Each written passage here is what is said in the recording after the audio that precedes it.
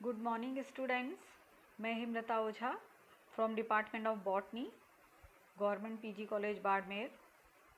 आज के इस ऑनलाइन लेक्चर में मेरा टॉपिक है पादप जीवन के लिए जल का महत्व, importance of water to plant life.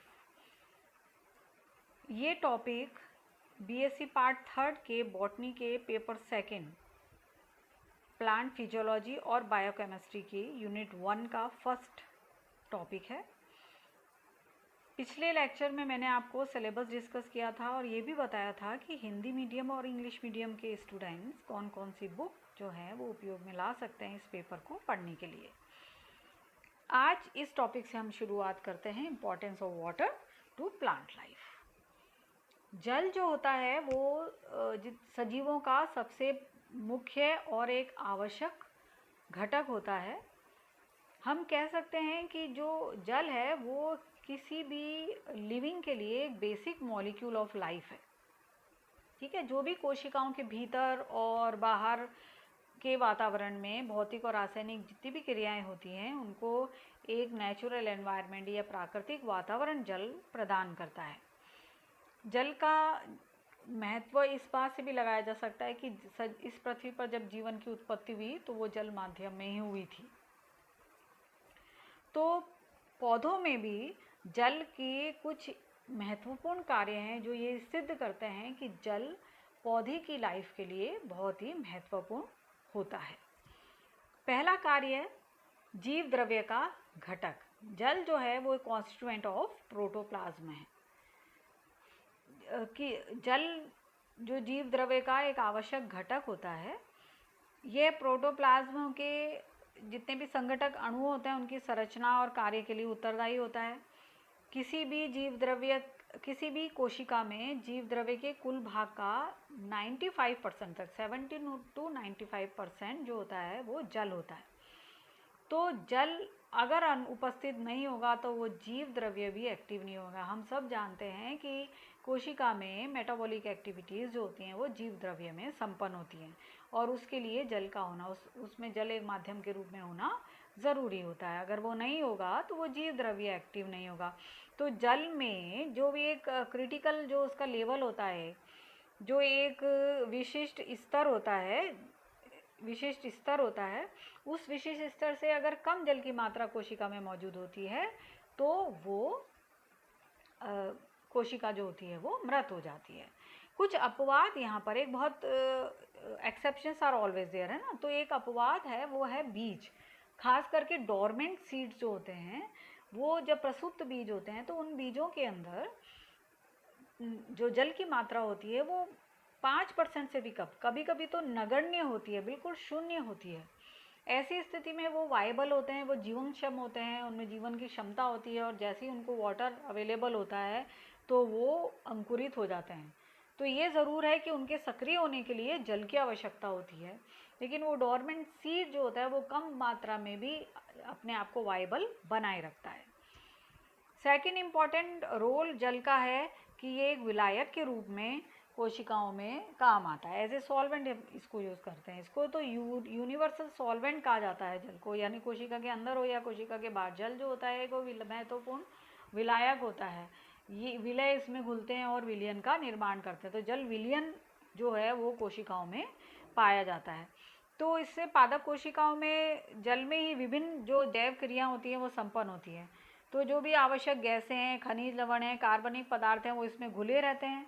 इस प्रकार पादप कोशिका में जल विलयन के रूप में होता है जिसमें विभिन्न प्रकार की जो जैव क्रियाएं होती हैं वो इस माध्यम में फिर संपन्न होती हैं। तो हर प्रकार की कार्बनिक जो रासायनिक अभिक्रियाएं जो होती हैं, जो केमिकल रिएक्शंस होती हैं वो इस जल के माध्यम में ही संपन्न होती हैं।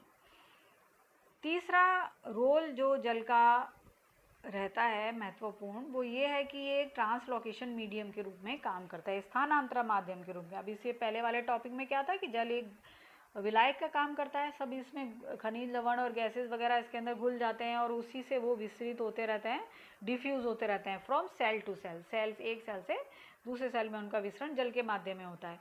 इसके अलावा जाइलम काम करता है जल का वो शोषण जो होता है उस जल को पौधे के भागों तक पहुंचाना, तो वो भी जल अब वो भी जल है, जाइलम का, वो अगर जल नहीं हुआ तो वो सारा ट्रांसलोकेशन रुक जाएगा।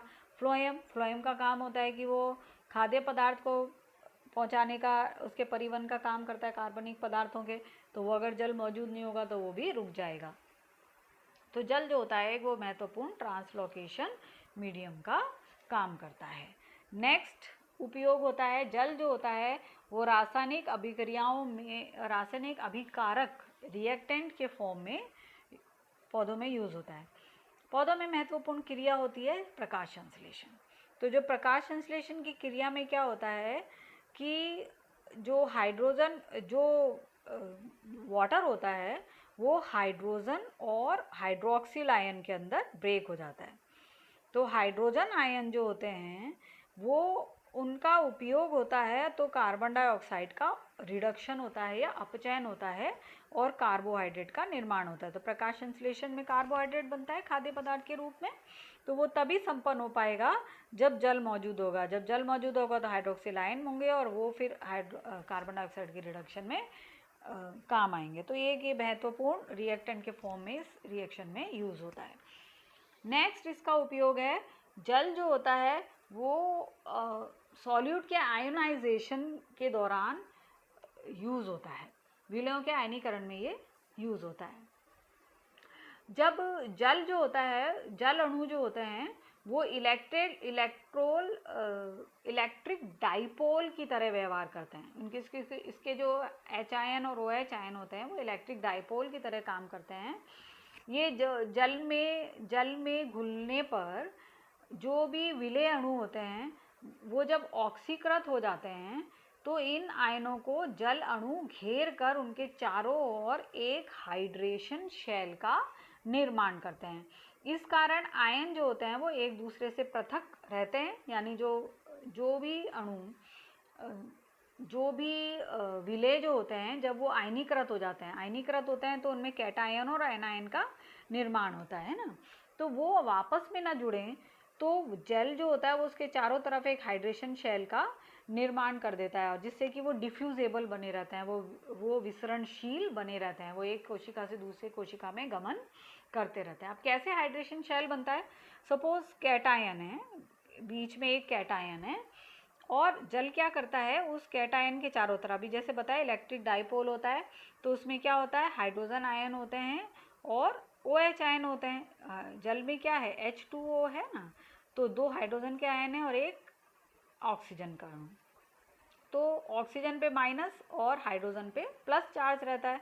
तो यहाँ पर जैसे सपोज ये हाइड्रोजन आयन है, ये हाइड्रोजन आयन है और यहाँ पर ये ऑक्सीजन, ठीक है। तो ये दोनों हाइड्रोजन हुए, चूँकि ये यहाँ पर एनायन है तो एनायन के चारों तरफ इस तरह से ये कैटायन, ओके। तो हम यहाँ पर जैसे कि वापस बना देती हूँ, ये H यानी H2 और ये O माइनस, ठीक है। तो इस तरह से ये चारों तरफ इसके इकट्ठे हो जाते हैं, इस तरह से एक हाइड्रेशन शेल का इसके चारों तरफ निर्माण कर लेते हैं।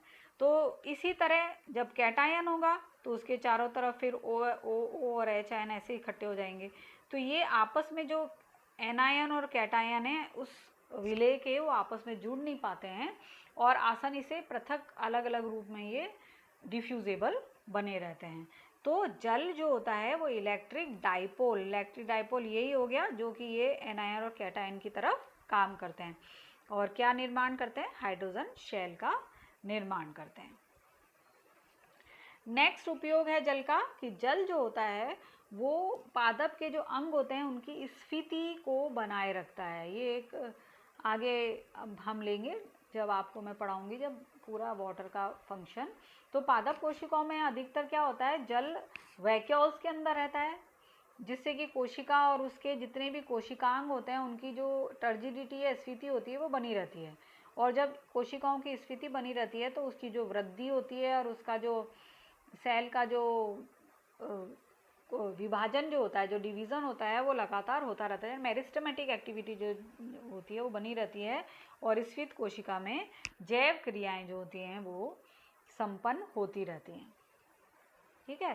तो जल जो है वो कोशिकाओं की स्फीति, यानी सिंपल सी बात है कि जल कोशिकाओं के अंदर अगर है प्रचुर मात्रा में तो वो कोशिका स्फीत है, वो फंक्शन करेगी, उसकी मेटाबॉलिक एक्टिविटी होती रहेगी, उस कोशिका में डिवीज़न भी होगा, उस कोशिका की वृद्धि भी होगी। जल जो होता है वो जो जितने भी बड़े मैक्रोमोलिक्यूल्स होते हैं उन मैक्रोमोलिक्यूल्स का अपघटन करने का काम करता है, जिससे कि वो इजीली डिफ्यूजेबल हो जाएं, छोटे हो जाएं और इजीली डिफ्यूजेबल हो जाएं, विसरणशील बने रहें। तो उसको हम कहते हैं हाइड्रोलिसिस। जल की उपस्थिति में जब उनका अपघटन होता है तो उस प्रोसेस को हम कहते हैं जल अपघटन, है ना, इंग्लिश में कहते हैं हाइड्रोलिसिस। तो जो जितने भी सिंपल से अगर हम बात करें तो स्टार्च है, जैसे कार्बोहाइड्रेट होता है स्टार्च, तो उस स्टार्च जो पॉलीसैकेराइड फॉर्म में होता है उसको डाइसैकेराइड से मोनोसैकेराइड में, ग्लूकोज वगैरह में उसको ब्रेक करना, वो जल की उपस्थिति में ही होता है। तो जल जो होते हैं वो कार्बोहाइड्रेट, प्रोटीन और बड़े कार्बनिक अम्लों का अपघटन कर देते हैं। इससे क्या होता है कि उनका जो परिवहन जो होता है और उनका उपयोग जो होता है वो आसानी से होता है, क्योंकि वो डिफ्यूजेबल हो जाते हैं एक कोशिका से दूसरी कोशिका के अंदर। जल पादप में पादपों के विभिन्न अंगों का, भागों का मूवमेंट में भी विशेष योगदान देते हैं। ये सब डिटेल में हम आगे आगे पढ़ेंगे। जैसे स्टोमेटा, अगर कोशिका जो होती है, जो गार्ड सेल स्टोमा के पोर के चारों तरफ जो मौजूद होती है, अगर वो स्फीत होती है यानी पानी से तृप्त होती है तो वो खुली होती है, और अगर जल जो होता है वो बाहर निकल जाता है तो वो कोशिका जो होती है वो शल्त हो जाती है, फ्लैसिड हो जाती है और स्टोमेटा बंद हो जाता है। तो स्टोमेटा के खुलने में और स्टोमेटा के क्लोज होने में या बंद होने में जल का रोल होता है। इसी प्रकार पुष्प के कली से उसके पुष्प के बनने में भी जल का योगदान होता है। इसके अलावा जितने भी फ्रूट्स पौधों में पाए जाते हैं उनमें उनका जो डाइसेंस होता है, कई अनेक फलों का जो डाइसेंस होता है, उनका जो स्फुटन होता है, वो जल का रोल होता है। अगर जल उनमें से बाहर निकल जाता है तो वो क्रैक्स आ जाते हैं, एक झिर्री बन जाती है, एक स्लीट बन जाती है, और वो बीज जो होते हैं वो फिर फल जो फट जाता है और बीज जो होते हैं वो उसके बाहर आ जाते हैं। तो इस प्रकार के विभिन्न प्रकार के मूवमेंट में पादपों में जल का अपना विशेष महत्व होता है। एक और इम्पॉर्टेंट कार्य आया जल का, वो ये कि जल जो होता है वो एक टेम्परेचर रेगुलेटर के फॉर्म में यूज़ होता है। तो जल में क्या होता है कि इसकी अपनी एक स्पेसिफिक हीट होती है, और वो जो दूसरे जो फ्लूइड होते हैं, जो द्रव होते हैं, उनसे ये सबसे अधिक होती है।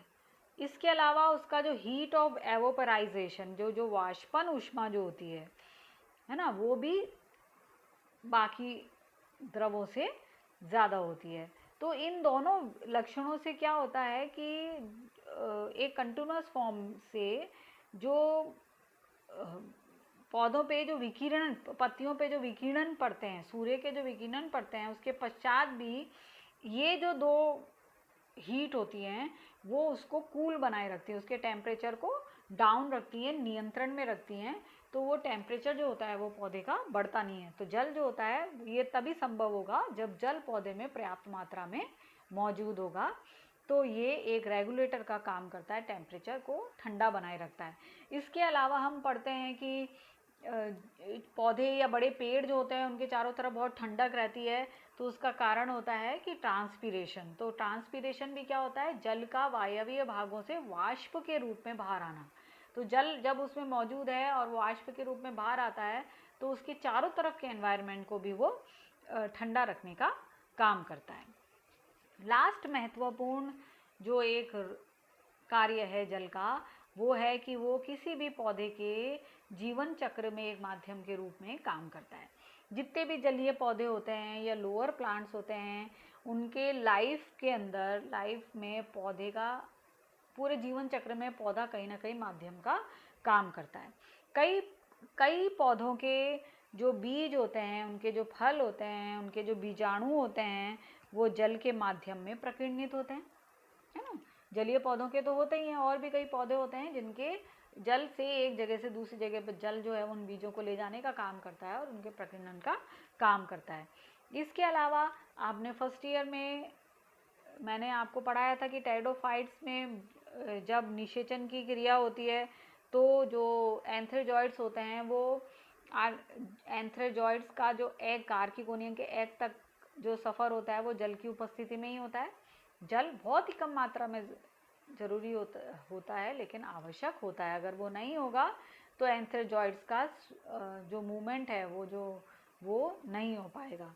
और सेम चीज़ ब्रायोफाइट्स पे भी लागू होती है। तो ब्रायोफाइट्स और टेरिडोफाइट्स के निषेचन की क्रिया में जल की उपस्थिति का होना ज़रूरी है, नहीं तो निषेचन की क्रिया नहीं होगी। तो इन करीब 9-10 जो उपयोगों से ये सिद्ध होता है कि जल जो है वो ही जीवन है। वाटर एक लाइफ है सजीवों के लिए, और प्लांट उससे अछूता नहीं है। तो जल जो है उसका महत्वपूर्ण रोल होता है पौधे के लाइफ में। Thank you.